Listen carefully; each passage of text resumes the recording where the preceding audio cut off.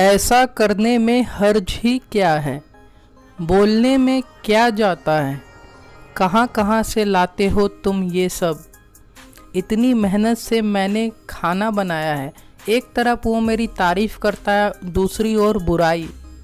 क्या आप इन सेंटेंसेस को इंग्लिश में ट्रांसलेट कर सकते हैं? अगर आप इन्हें ट्रांसलेट करना चाहते हैं तो आपको सिर्फ टेंसेस और ग्रामर की ही नहीं, साथ ही साथ एडवांस इंग्लिश स्ट्रक्चर की भी नॉलेज होनी चाहिए। आज की वीडियो में हम वही सीखने वाले हैं, advance English structure with their meanings and examples. तो वीडियो पसंद आए तो लाइक और शेयर ज़रूर करिएगा। अगर आप हमारे चैनल पे पहली बार आए हैं तो चैनल को सब्सक्राइब कर बेल आइकन को क्लिक करिएगा। अगर आप एडवांस इंग्लिश स्ट्रक्चर की सारी वीडियोस को देखना चाहते हैं तो मैं लिंक डिस्क्रिप्शन में दे दूंगा, आप वहां जाकर 1 बाय 1 करके सारी वीडियोस को देख सकते हैं। फिलहाल वीडियो शुरू करते हैं।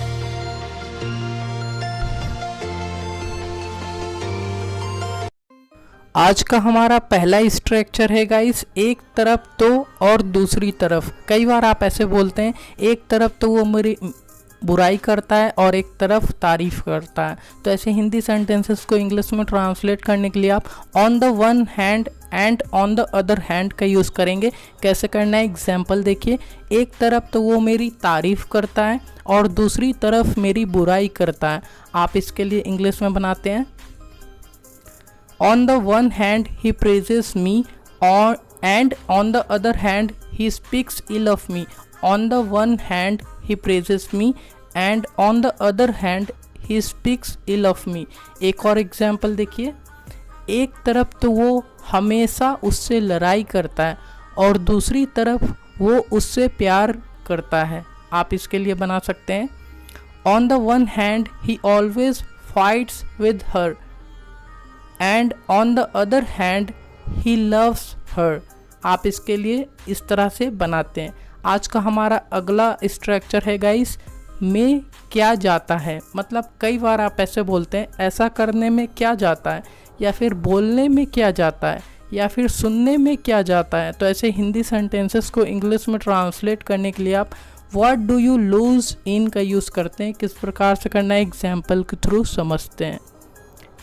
नहीं जाना है तो नहीं जाओ, पर बोलने में क्या जाता है। आप इसके लिए इंग्लिश बना सकते हैं, if you don't want to go then don't, but what do you lose in saying.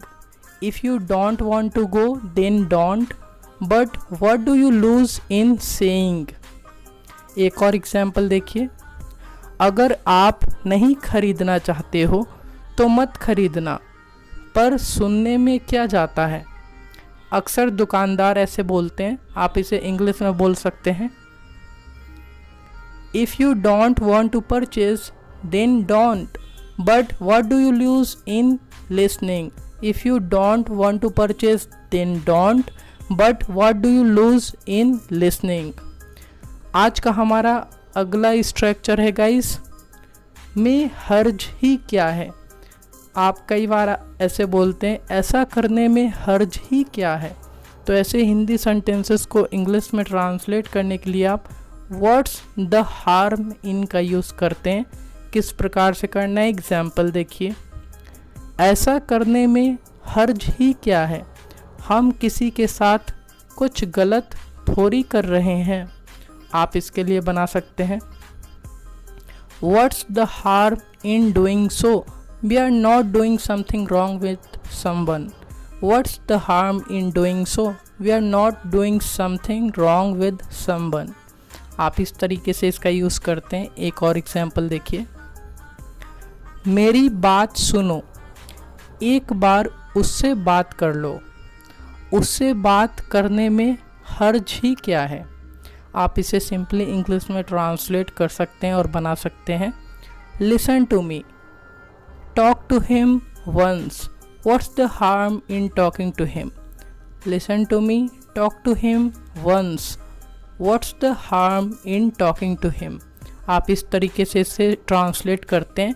आज का हमारा अगला स्ट्रक्चर है गाइस, कहाँ कहाँ से। कई बार आप ऐसे बोलते हैं, कहाँ कहाँ से लाते हो ये सब तुम।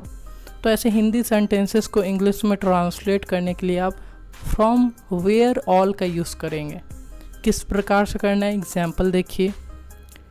मैं भी जानना चाहता हूँ आप ये सब चीज़ें कहाँ कहाँ से लाते हो। आप इसके लिए सिंपली इंग्लिश में ट्रांसलेट कर सकते हैं और बना सकते हैं। Even I wanna know from where all do you get all this things. Even I wanna know from where all do you get all this things. आप इस तरीके से इसे इंग्लिश में ट्रांसलेट कर सकते हैं। एक और एग्जाम्पल देखिए। आप कहाँ कहाँ से आ रहे हो। क्या आप कभी दिल्ली गए हो।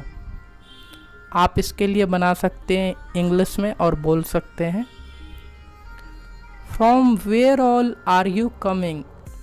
Have you ever been to Delhi. From where all are you coming. Have you ever been to Delhi. आप इस तरीके से इसे इंग्लिश में बना सकते हैं। आज का हमारा अगला स्ट्रक्चर है गाइस, बहुत हो गया। कई बार आप ऐसे बोलते हैं बहुत हो गया, अब मैं और बर्दाश्त नहीं कर सकता। तो ऐसे हिंदी सेंटेंसेस को इंग्लिश में ट्रांसलेट करने के लिए आप इनफ इज़ इनफ का यूज़ करेंगे। किस प्रकार से करना है, एग्जाम्पल देखिए। बहुत हो गया, अब मैं और बर्दाश्त नहीं कर सकता, मैं जा रहा हूँ। आप इसके लिए बोल सकते हैं enough is enough, I can't take it any more, I am going. Enough is enough, I can't take it any more, I am going. आप इस तरीके से इसे बना सकते हैं।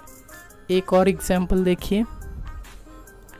बहुत हो गया, तुम बहुत बोल दिए, अब मेरी बात सुन लो। आप इसके लिए सिंपली इंग्लिश में ट्रांसलेट करते हैं और बनाते हैं enough is enough, you spoke too much, now listen to me. Enough is enough, you spoke too much, now listen to me. आप इस तरीके से इसे इंग्लिश में बनाते हैं। आज का हमारा अगला स्ट्रक्चर है गाइस, इतनी मेहनत से। कई बार आप हिंदी में बोलते हैं इतनी मेहनत से मैंने खाना बनाया और आपने खाया भी नहीं। तो ऐसे हिंदी सेंटेंसेस को इंग्लिश में ट्रांसलेट करने के लिए आप विद ग्रेट एफर्ट्स का यूज़ करेंगे। किस प्रकार से करना है, एग्जाम्पल देखिए। मैंने इतनी मेहनत से खाना बनाया और आपने खाया भी नहीं। आप इसके लिए सिंपली इंग्लिश में ट्रांसलेट कर सकते हैं और बना सकते हैं I cooked food with great efforts and you didn't even eat. I cooked food with great efforts and you didn't even eat. आप इस प्रकार से इसे इंग्लिश में ट्रांसलेट कर सकते हैं। एक और एग्जाम्पल देखिए। इतनी मेहनत से मैं वीडियो बनाया हूँ, लाइक करना ना भूलें। आप इसे सिंपली इंग्लिश में ट्रांसलेट कर सकते हैं गाइस और बना सकते हैं और बोल सकते हैं I have made this video with great efforts. Don't forget to like. I have made this video with great efforts. Don't forget to like. आप इस प्रकार से इसे इंग्लिश में ट्रांसलेट, इस तरीके से इसे सिंपली इंग्लिश में ट्रांसलेट कर सकते हैं गाइस। आई होप गाइस आज की वीडियो लेक्चर आप लोगों के लिए काफ़ी ज़्यादा यूज़फुल रही होगी। तो वीडियो को लाइक, शेयर एंड सब्सक्राइब ज़रूर करिएगा। आप हमें कमेंट बॉक्स में बताएं कि आज की वीडियो लेक्चर आप लोगों को कैसी लगी। सो मिलते हैं अगले वीडियो में एक और यूज़फुल वीडियो के साथ। Till then take care and good luck.